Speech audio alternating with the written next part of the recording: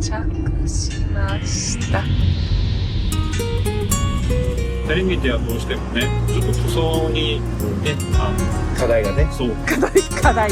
大きな声では言えないですけど。今まで寄ったところのピンズをシートに貼り付けてます。美味しそうです。いただきます。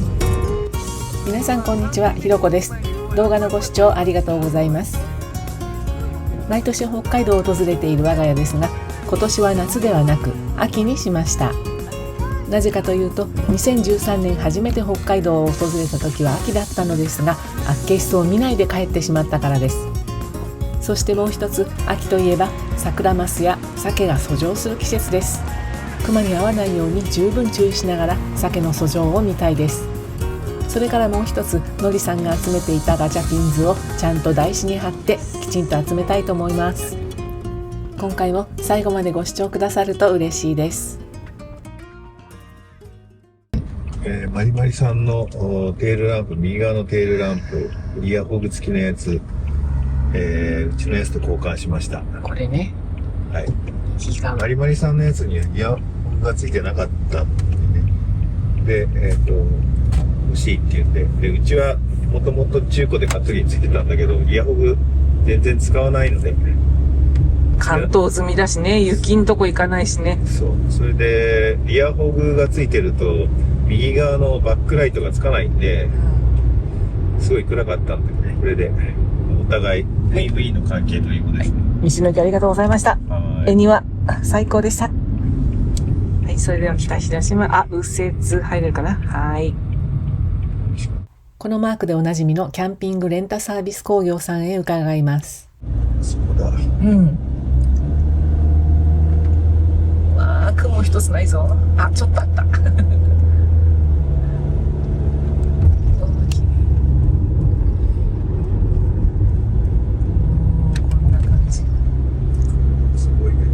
ねえ、いっぱいじゃないこれ。駐車場渋滞。アート、かっこいい。これなんか地元の高校生が書いてるんだったかな。これ高校だ。そしてこっちがエスコンフィールド。大きい、かっこいい。久保田で隠れた。すごい。ここは何？植物園？違うな。イートインスペースだ。なんだこのお城の塔のような。面白い。あそこにエスコンフィールドって書いてある。エスコンフィールド。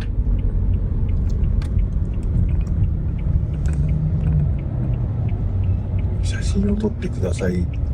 の感じかな。じゃ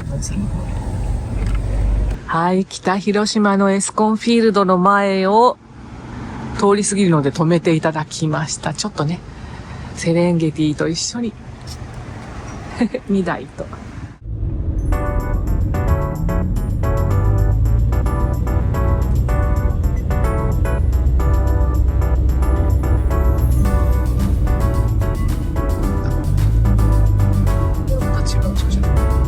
ここだ、駐車場。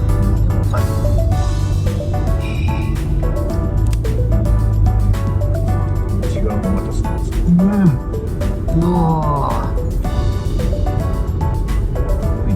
エスコンフィールド。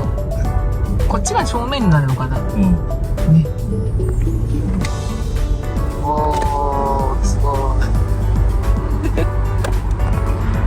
い。ゲートって書いてあった。エスコンフィールドゲート。城みたいな。すごい。立地もそうなのかな。すごいね。ほんとね、お城みたい。F ビレッジがここにもたれてる。F ビレッジ。こ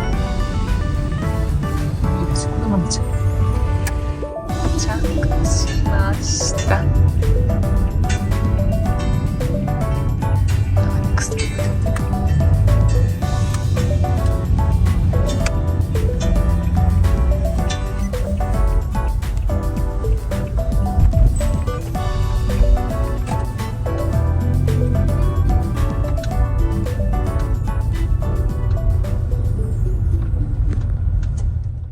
ベガスの外側を撮らせていただきます。大きい。すごいってよ。これすごい。大きい。こっち運転席。ベガスです。ここモーニング。これスライドアウトする分かな。ここの部分スライドアウトしますね。こっちも。これもアウトするのかな。あ、これもアウトする。スライドアウトが2箇所。運転席側にスライドアウトが2箇所ある。うわ、すごい。そしてここに。これ急かな。これはフルッシュウォーター。これシティウォーターかな。あ、こっちがシティウォーター。これがシティウォーターで、これがフレッシュ。ドレイアントリティ。わー、後ろに大きなラダーがついていて。あ、ヒッチもついてる。ヒッチがついていて。それから助手席側。あ、大きな大人。こっちはアウトしないのかな。大きな。ここがストレージかな。あ、ここに電源と、このストレージ。これは、排気、ドメティックの排気がいい。あ、これ入り口。ここもストレージ。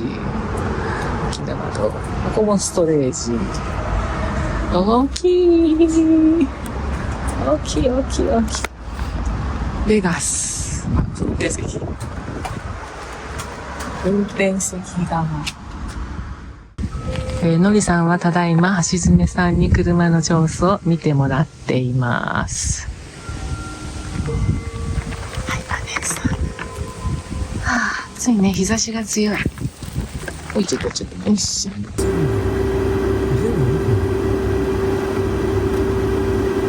いつも使ってる時は当然これこんなオープンな状態じゃなくて、上に蓋閉めてるし、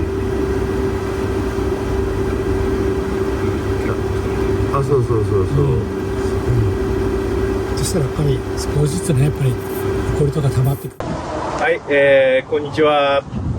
動画です。動画です。動画です。キャンピングレートサービス工業さんに、伺ってます。去年も伺いましたが、はい、今回はですね、2つ、やることがあって、一つはこのステッカー、できたステッカー。これは新旧の旧。これ正式版のこっちです。はい。はい。あとそれからマリマリさんも今日一緒ですが、そう、一緒です。マリマリさんのステッカーも、はい。お渡し。あ、本当だ。一つということと、あとですね、うちのセレンゲティの、エアコンの調子が悪いと。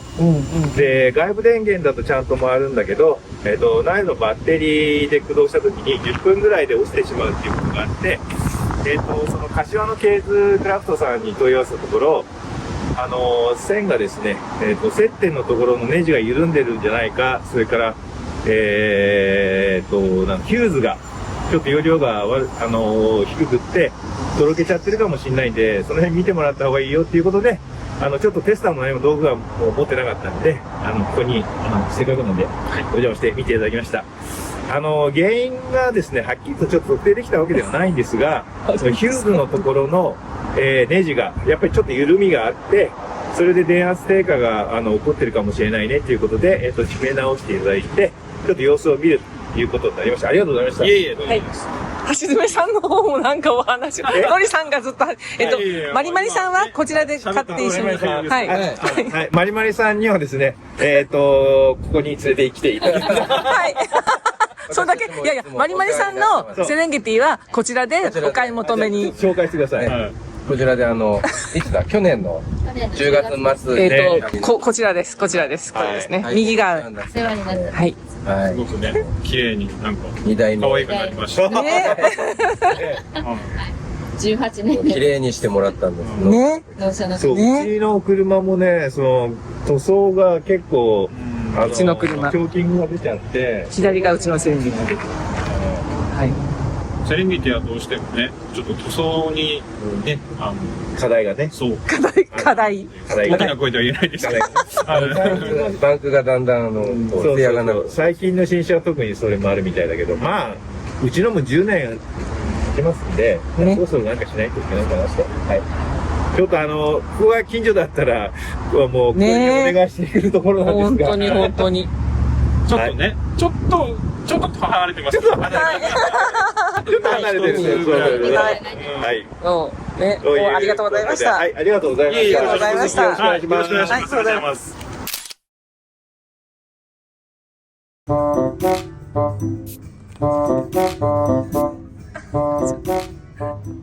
キャンピングレンタサービスさんありがとうございました。はい、今から道の駅音更に向かうんですが、下道を使ってピンズを集めながら行きたいと思います。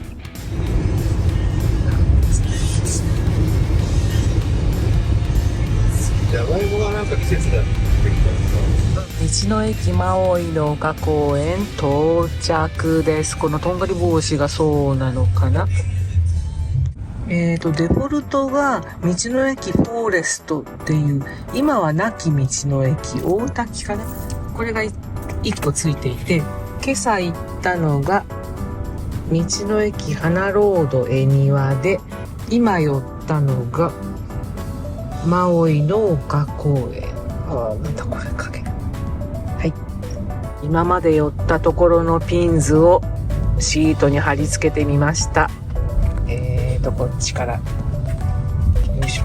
だいぶこんな感じ。でね、このね、ゴールドが嬉しい。ビフかゴールド。色きれいに取れてるかな？こんな感じで。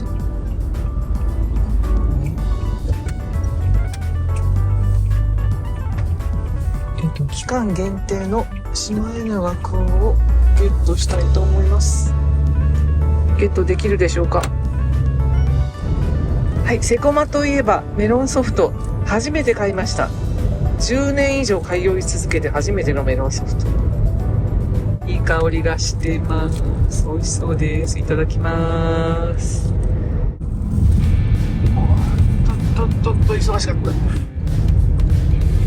国道274号ずっと登っております。この後山道に入ります。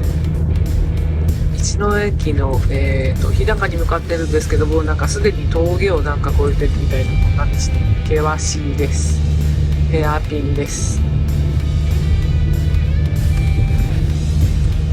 まあ大きなヘアピンだけど。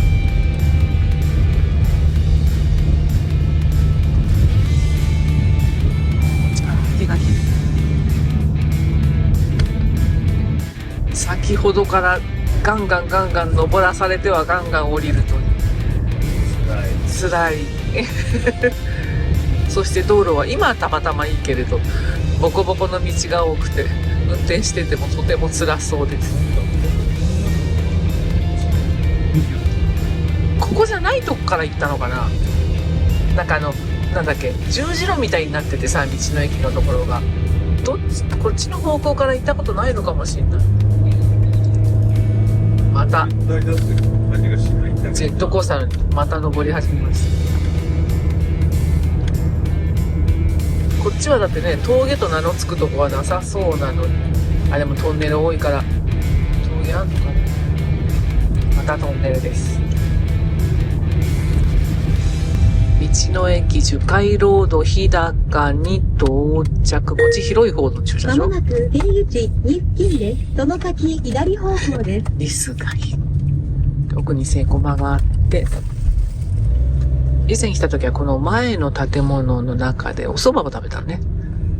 でその時は雨が確か降ってました。38番樹海ロード日高ピンボケ、よいしょ、あった。はい、普通のでした。一生峠に向かってるんですけど、先ほどの日高の道の駅の手前の道の方がよっぽど険しい道でした。こっちの方が、こっちの方がなだらかだよね。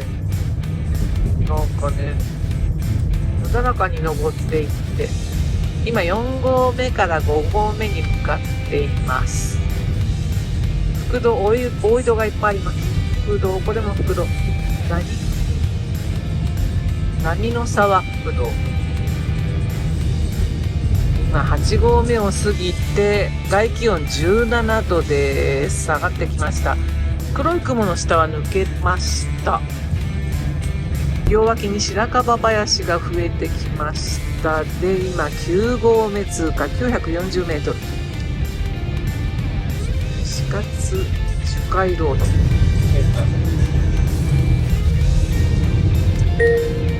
速度超過です。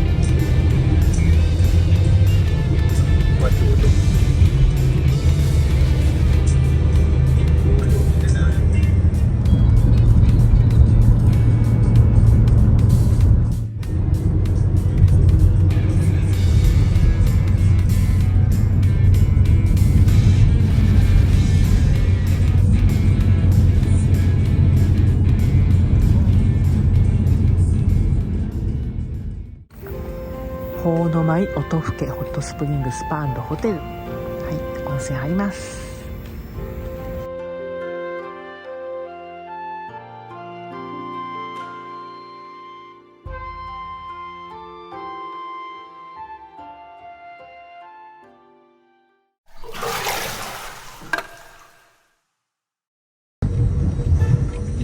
空いてる。空いてればここでもいいや。うん。この人の前。こっちの後ろ。後ろはダメ。車中泊場所じゃない。みんな間違えたらそこに止める人がいるけど、どうしよう。車中泊専用エリアが満車の場合は、他のエリアで休憩仮眠を取ることは構わないとホームページに案内されています。利用には事前に専門の用紙またはウェブから利用者登録が必要です。ウェブからの登録が便利でしょう。ナンバーを入力します。次に居住エリアを入力します。送信します。これで完了。簡単です。はい、今日の晩ご飯、セコマで買ってきました。ザンギ、マカロニサラダ、ウの花、幕の内弁当、ザクモリフルーツ、お稲荷さん。で、これはセコマのサラダです。はい。その SR というベースグレードには SR5 と TRD オフロード、あと TRD オフロード4パック3種類選べるんですけど、あえて SR5 にしました。本当はね、最初のこのグリルが良ければ TRD オフロードにすればいいんだけど、TRD オフロードにすると、このグリル周りのここの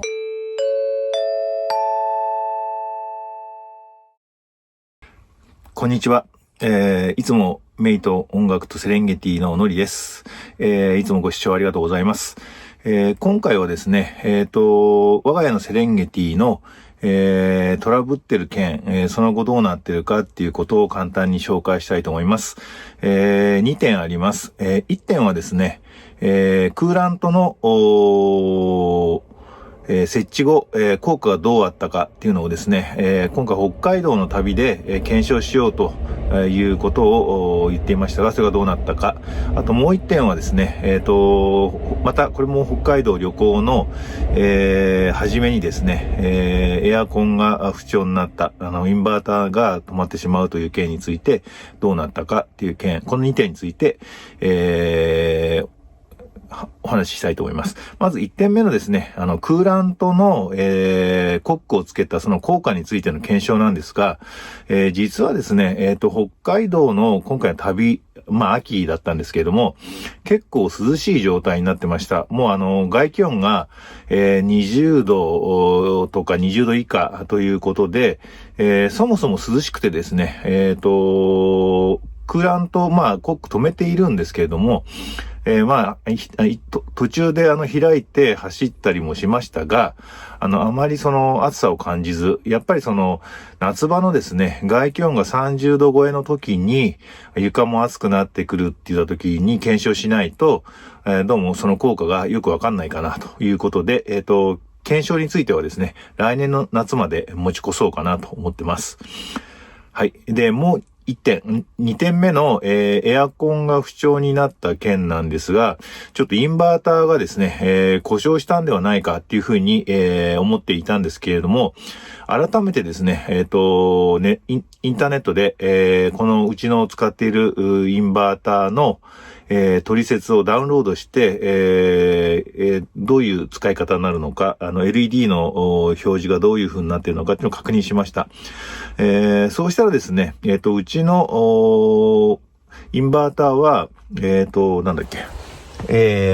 パワータイトっていうメーカーの、1500ワット対応のインバーターなんですが、実はですね、このセーブモードっていうのがあることに気がつきました。で、セーブモードっていうのは何かっていうと、出力電流がですね、出力が、20ワットだったかな、以下に、なると、ある一定時間経つとですね、インバーターが、節電のためにシャットダウンするということです。で、今回ですね、エアコンが途中で止まってしまったというのも、多分その外気温が結構涼しい状態で、湿気を取るような形でエアコンを使おうかなと思って回していたんですが、途中でエアコンがですね、弱運転から、ほぼ停止状態に自動的になったと。その時にですね、インバーターの方の出力が20ワット以下に落ちて、で、その状態が続いて、インバーターが検知をし、シャットダウンした、のではないかと思います。で、ちょっと、今から検証してですね、確かにそうなのかどうかということを確認したいと思います。